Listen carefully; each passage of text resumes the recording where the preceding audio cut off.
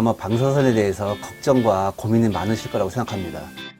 안전하게 관리된다면 질병의 진단이나 치료 등 유익한 분야도 많이 있습니다.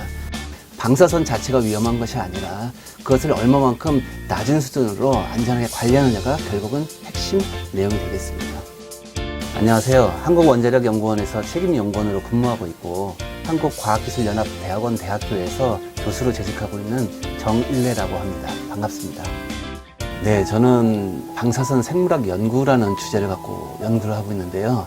특히 방사선 생물학 중에서 환경 분야에 대한 연구를 좀 하고 있습니다.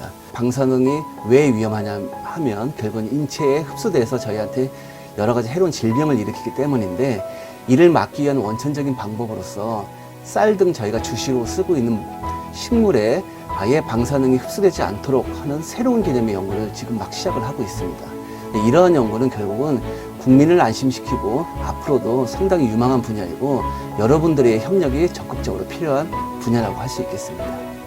후쿠시마 원자력 발전 사고가 일어난 것을 다 알고 계실 겁니다. 그 후쿠시마 원자력 발전소 사고를 계기로 세슘을 포함한 다량의 방사능 물질이 환경에 노출되는 사고가 있었고, 포크레인으로 토양을 긁어서 강산과 강염기를 처리를 한 다음에 그것을 결국 환경에 복원시키지 않고 야외에 적체시키는 방법을 사용하고 있는데요. 이 방법은 대단히 친환경적이지 않은 방법으로서 상당히 문제가 많습니다.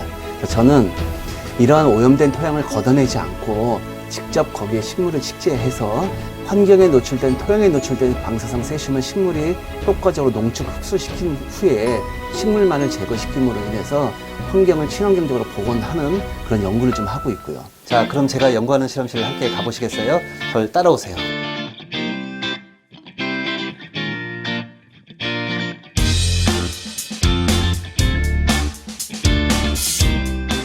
네, 여기는 30도 항온 항습실이고요. 야외 환경을 좀 모사를 해서 실험실 수준에서 연구를 하는 방입니다.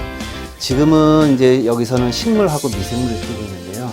식물에서 세슘을 얼마나 흡수시키는지 그 효율을 좀 평가하고 있고, 토양 내에 있는 미생물을 배양해서 내가 식물에 조금 더 적용을 해서 세슘을 조금 더 잘 흡수할 수 있게끔, 제어할 수 있게끔 그런 연구를 지금 여기서 진행을 하고 있습니다.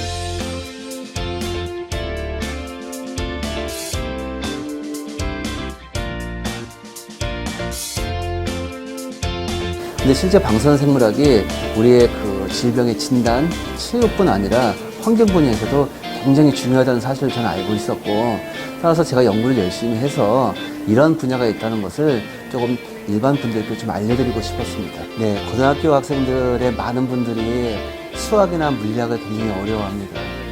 그러나 생명과학 분야는 조금 다릅니다.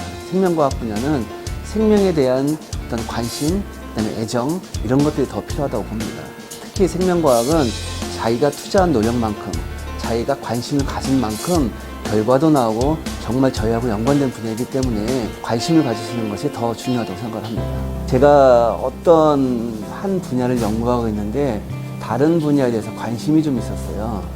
그래서 제가 그 분야에 대해서 연구를 하고 싶은 마음에 하루에 논문을 3,000편을 읽었습니다.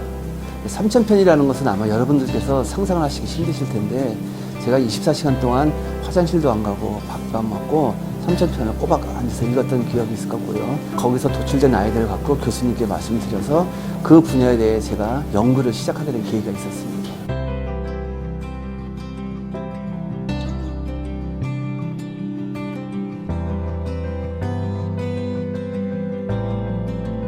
자, 우리나라는 지금 북한과 대치 중에 있지요.